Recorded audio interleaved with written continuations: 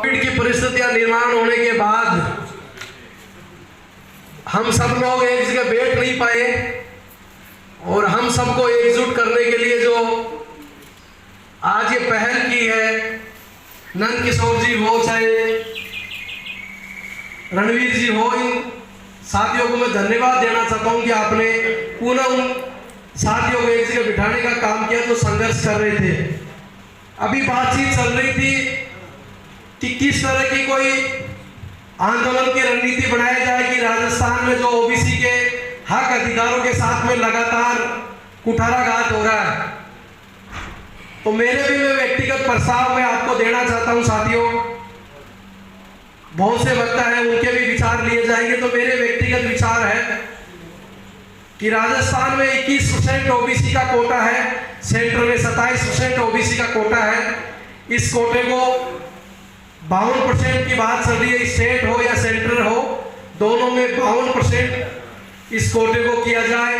दूसरा जो है जातिवार जनगणना का जो उद्देश्य है, विषय है जातिवार जनगणना का, कि जातिवार जनगणना करवाई जाए। 1931 के बाद आज तक कोई जातिवार जनगणना नहीं हुई, जबकि अभी मैंने एक समाचार पत्र में देखा कि सरकार तितलियों की भी जनगणना करवा रही है। तो आपकी स्थिति को आप पहचान सकते हो कि आपकी तितली जैसी भी हैसियत सरकारें, चाहे भाजपा हो चाहे कांग्रेस हो, नहीं समझती है।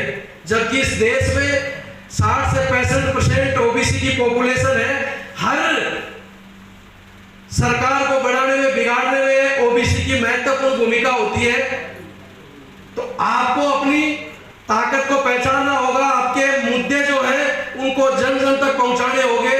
कुछ साथी कर रहे थे कि ओबीसी के वर्गीकरण की हम बात करें, 1999 से लेकर आज लगभग 24 साल हो गए। आपने जिस ओबीसी के वर्गीकरण की बात करते हो, आपने आज तक उस वर्गीकरण का जो मुद्दा था उसको विधानसभा तक भी नहीं पहुंचा पाए।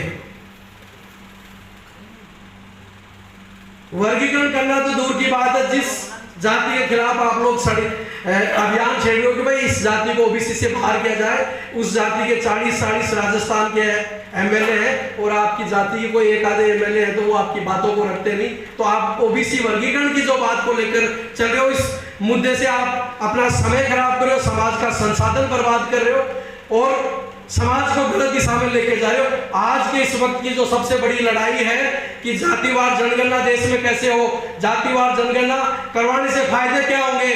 जातिवार जनगणना करवाने से फायदे ये है कि हमें अभी एग्जिट किसी जाति का ही पता नहीं है, किस जाति की कितनी संख्या है। तो सरकारें क्या हमारे लिए नीतियां या कोई प्रावधान हमारे लिए करेगी, तो किस बेस पे करेगी। अगर किसी जाति की आपके पास संख्या नहीं होगी, किसी परिवार में हमें ये नहीं पता कि इस परिवार की संख्या 10 है, 8 है, 4 है, तो शाम को सुबह को हम खाना बनाएंगे तो खाना या तो कम पड़ेगा या ज्यादा पड़ेगा, अगर हमारे पास डाटा नहीं होगा तो। इसलिए जातिवार जनगणना का मुद्दा बहुत महत्वपूर्ण और ज्वलंत मुद्दा, इस मुद्दे पे अपने को काम करने की जरूरत है। और राजस्थान में 21% कोटा मिलना, जबकि कई स्टेटों में 27% आरक्षण लागू है। 27% से बढ़ाकर प्रस्ताव अभी साथियों ने दिया था कि 52% किया जाए, उस पर बात करने की जरूरत है। अभी एक 2018 में एक हॉरिजॉन्टल आरक्षण लागू किया था।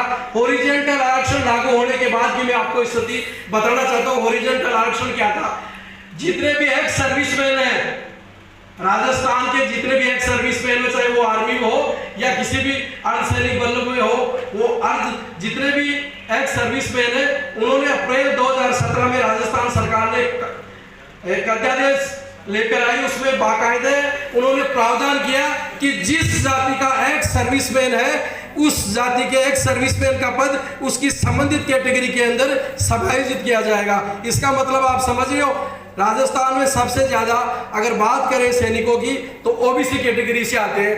तो ओबीसी कैटेगरी में आने की वजह से अब मान लीजिए 700 पद ओबीसी के आ गए, तो ओबीसी के अंदर पहले उन एक्स सर्विसमैन है उनको भरा जाता है, उनके पदों को भरा जाता है। तो सिविल के जो बच्चे हैं उनके साथ में नुकसान हो रहा है। अभी सेकंड पोजीशन पे एक बच्चा आया था एसआई भर्ती के अंदर, ओबीसी की सेकंड मेरिट थी और राजस्थान में उसका अंतिम रूप से चयन नहीं हो पाया। तो सिविल के जो बच्चे हैं उनके साथ में नुकसान हो रहा है। हमें वो लड़ाई भी लड़नी चाहिए। 18 से पहले एक व्यवस्था बनी हुई थी कि 12.5% एक्स सर्विसमैन, विकलांग वगैरह जो ये लोग थे, इनके लिए अलग से कोटा था, लेकिन ये हॉरिजॉन्टल आरक्षण बाद में इसमें इंक्लूड कर दिया। इस वजह से हमारा हक मारा जा रहा है। तो लगातार इन मुद्दों पे अपने को काम करने की जरूरत है। और रही बात इस आंदोलन को कैसे बढ़ाया जाए, एक संयुक्त मोर्चा आज इस जयपुर में बढ़ना चाहिए और संयुक्त मोर्चे में सभी लोगों का दायित्व है, सभी लोगों की जिम्मेदारी तय होनी चाहिए कि वो किस क्षेत्र में किस तरह योगदान देंगे। सभी लोगों की जिम्मेदारी तय हो और एक सिस्टम बनाकर इस आंदोलन को आगे बढ़ाए, तभी हम लोग आगे बढ़ सकते हैं। नहीं तो ऐसे हम मीटिंगें करते हैं, मीटिंगों को कुछ बढ़ना नहीं है। कई लोगों से मेरी व्यक्तिगत चर्चा हुई थी, तो कई लोग ऐसे भी कह रहे थे कि हमारी आज अंतिम मीटिंग, अगर कोई आज कोई डिसीजन होता है तो हम लोग कुछ अच्छा काम करने के लिए आगे बढ़ेंगे, बाकी कोई डिसीजन नहीं निकलता है तो ओबीसी करने से कोई फायदे वाली बात है नहीं। तो इसलिए आज की जो मीटिंग है वो निर्णायक हो, इसमें कोई महत्वपूर्ण प्रस्ताव पास हो और आने वाली वक्त पे हमारी पीढ़ियों के लिए, हमारी नस्लों के लिए वरदान साबित हो। ऐसा पौधा आज हम लोग इस जयपुर की धरती पे हम लगाए, ताकि आने वाली पीढ़ी हमारी सुरक्षित रहे, उनके हक अधिकार सुरक्षित रहे। और कई लोग कह रहे थे कि ओबीसी जाग नहीं रहा। आपने जयपुर में भी ट्रेलर देखा होगा, सीपीजी ओबीसी के आरक्षण के विषय को लेकर शहीद स्मारक में बड़ी अच्छी संख्या में कार्यक्रम था, बहुत अच्छा कार्यक्रम रहा। सरकार ने न्योता भी दिया 1-1.5 घंटे